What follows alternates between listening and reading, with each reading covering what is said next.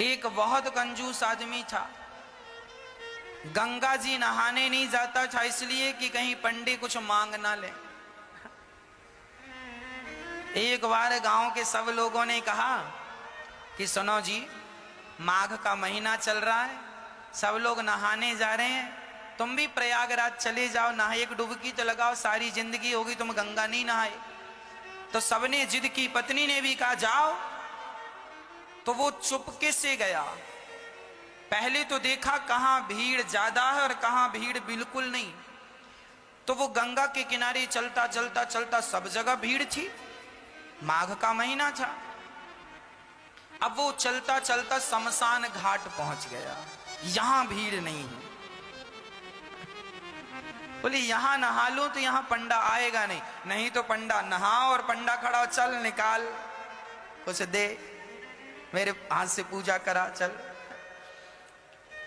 गया जी में। अब बड़े प्रेम से वो शमशान में सोचा यहां कुछ नहीं है, कोई पंडों का झंझट नहीं है, कपड़े उतारा, चुपके से धीरे धीरे गया, कोई देख ना ले। वो बड़ा पैसे वाला था पर कंजूस बड़ा था। तो शमशान में जाके डुबकी गंगा जी में लगाया और भगवान शंकर तो शमशान में ही विराजते हैं। शंकर जी को लगा जरा आज इसके साथ थोड़ा खेला खेली कर लें। तो भगवान शंकर ही पंडा बन के आ गए। जैसे ही वो डुबकी लगाया और डुबकी लगा के ऊपर उठा तो शंकर जी खड़े, हाँ यजमान जी निकालो। अब वो घबरा गया, अरे तुम कहां से आ गए? अरे बोले हमारा ये ठेका है, यहां जो भी नहाता उससे हमें वसूली करनी होती है, चलो ले आओ। नहा ली आपने, लाओ।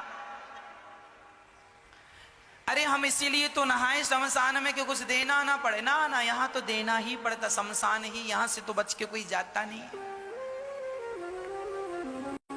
अच्छा बताओ कितना लोगे? शंकर जी बोले देखो हम वैसे लालची तो नहीं है, पर तुम दो, कितना दोगे ये बताओ? उसने बोला 1 पैसा दूंगा। हाँ हाँ, शंकर जी बोले चल मैं 1 पैसे से खुश हूं, चल ला। अभी नहीं लाया, कुछ नहीं हूं, उधार 1 पैसा दूंगा, वो भी उधार। तो शंकर जी बोले ठीक है, तो लिखवाओ फिर अपना एड्रेस वगैरह यहाँ। शंकर जी ने रजिस्टर में नोट किया, कहाँ के हो? फलानी गली, मकान नंबर फलाना। हाँ यहाँ के हो? हाँ सही है। हाँ मोबाइल नंबर? नहीं, मोबाइल रखते ही नहीं। अब वो उधारी का बहाना था बचने का, वो चला घर। और जैसे ही घर पहुंचा तो शंकर जी तुरंत दरवाजे के पास खड़े हो गए। हाँ यजमान जी 1 पैसा निकालो। दरवाजा खोला पत्नी ने, क्यों? फलाने जी हैं? हाँ हाँ हैं। तो उनसे बोलना कि 1 पैसा हमारा उधार है तो दें।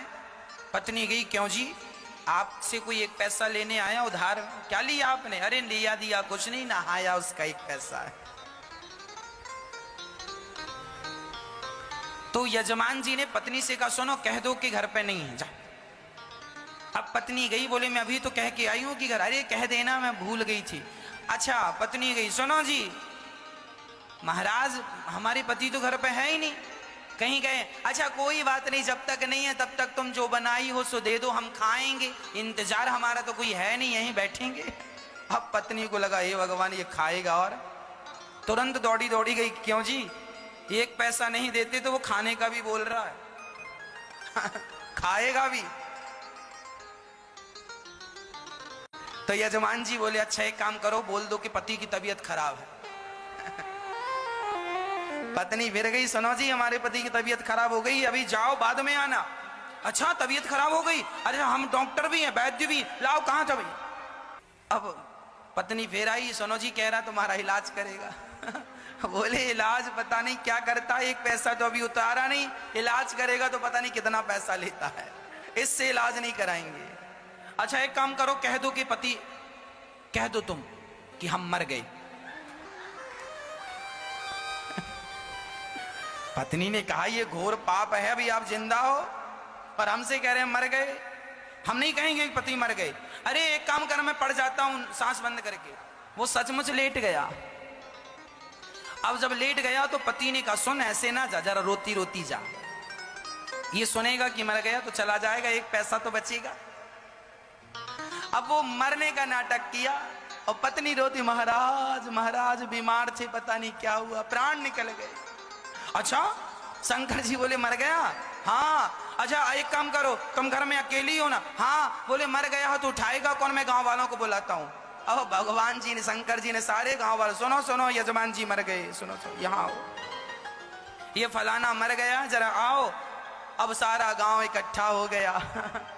सब इकट्ठा, वो पड़ा है और पत्नी की तरफ बार बार यूं यूं करे, अभी है कि गया? अरे वही तो लाया गांव वालों को, कहाँ गया? थोड़ा देर मरी पड़े रहना। अब वो पड़ा मरा और गांव वाले अर्थी तैयार कर रहे हैं। हाँ वो रो रही है और भगवान शंकर मुस्कुरा रहे हैं, कितना कंजूस है, मर गया पर एक पैसा नहीं दिया इसने। अब गांव वाले बोलो देर ना करो, उठाओ। उठा के अर्थी पे, उस पे अर्थी पे रखा।